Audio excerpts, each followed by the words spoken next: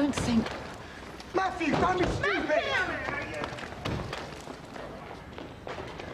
Excuse me. Right, Teresa. I don't think... Look, I believe... No! Leave her, she'll be fine.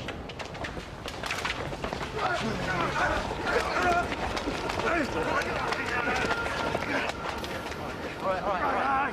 Matthew Rose, I'm arresting you in connection with the murder of Saskia Duncan. You do not have to say anything, but it may harm your defence if you do not say anything which you later rely on in court. Take him to the court. Come on! Wait, look at her. She's terrified. Someone's got to go with her. At least let me come. Leave him alone! Oh, Pepe, do something! She'll be fine. Oi, that's enough! Any more of that, I'm taking you in. Stop it, mate. Just make things worse. How can it get worse, Pepe? The kid's a murderer.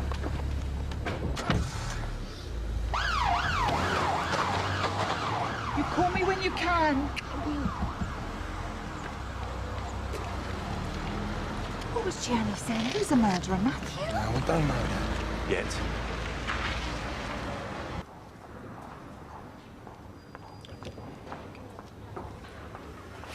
Won't be destroyed if there are no charges brought. So, you're Matthew Rose. What happens now?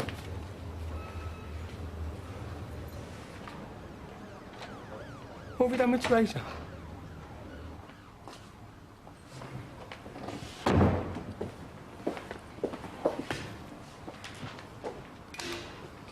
We are recommencing this interview at 10:30. Also present are Mr. Fletcher, solicitor acting for Steve Owen, and DC Ross Peters.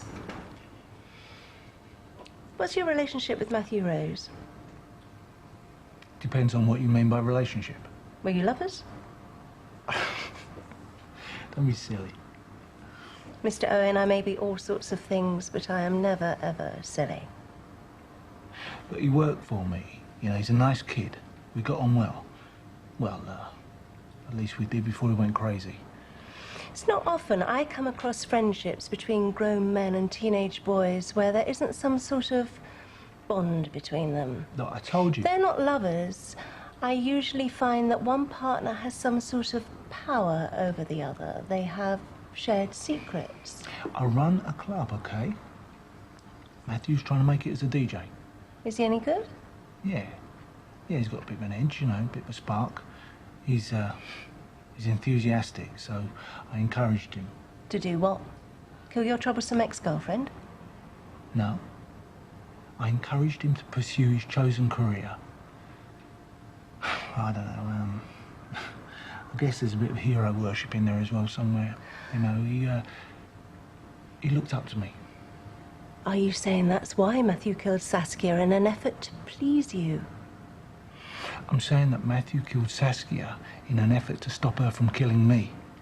And quite frankly, yeah, not being killed did please me. Yeah, I was lonely. I mean, we'd only just got back together as a family. A year or so. And then Mum and Dad went up north. It must have been difficult for you. Yeah, it was. And then Steve befriended you. Sort of. Just how friendly were you? You were just... I'm not gay, if that's what you're thinking. I'm not thinking anything, Matthew. I'm asking and I'm listening. Steve bought the club and he gave me a job. Is that all he gave you? No money? No, I've told you, there was nothing funny going on. And you wanted to please him? I worked for him, of course I did. What's this got to do with anything anymore? I'm trying to find out if you were so keen to please Steve that you'd kill for him, Matthew. I haven't killed anyone. That's not what Steve says. What? What's he said? He says you hit her with an ashtray. He says he yelled at you not to. No, Steve hit her with the ashtray. This is a man who is your friend, Matthew. Someone you know has been good to you. Someone you admit you look up to, you admire. Someone you'd want to look out for. Not like that. So why is your friend lying about you?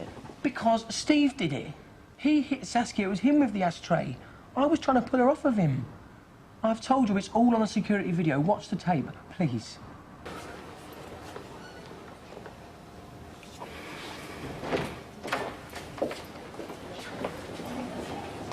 What's going on? Where's my brief? He's on his way.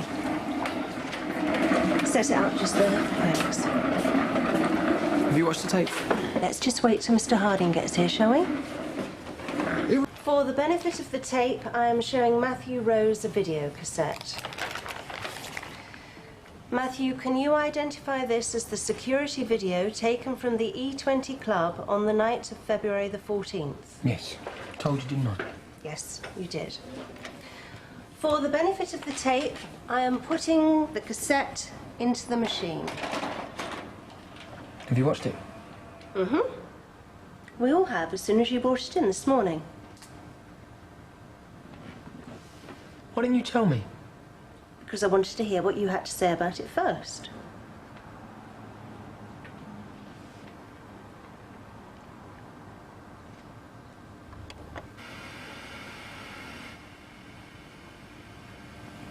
Wind it on a bit. For the benefit of the tape, the screen is showing white static. I am fast-forwarding the tape.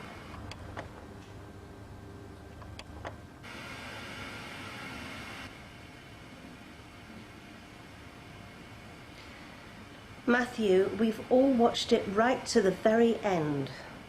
This is as good as it gets. It can't be. It's on there, I know it is.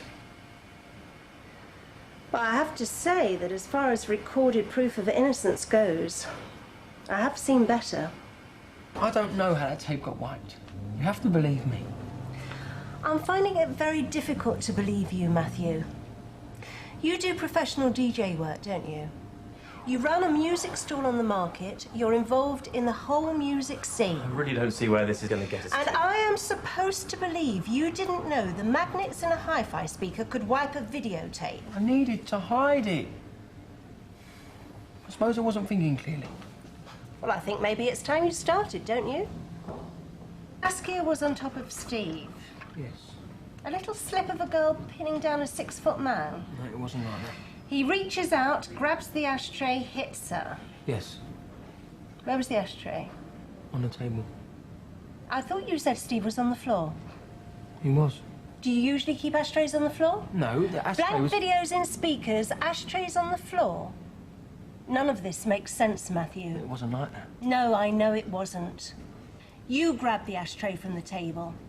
You went over to where Steve was holding Saskia down. You raised it high and you brought it down and deliberately smashed in her skull with it. Now, shut up! It didn't happen like that. You're twisting things. I've told you what happened. Sit down, Matthew. This won't help. Inspector, I would hate to think that you're deliberately taking advantage of my client's exhaustion. That's quite a temper you got on you.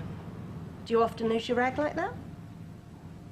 Of course I do if someone's going on and pushing me and pushing me. And how far did Saskia push you, Matthew?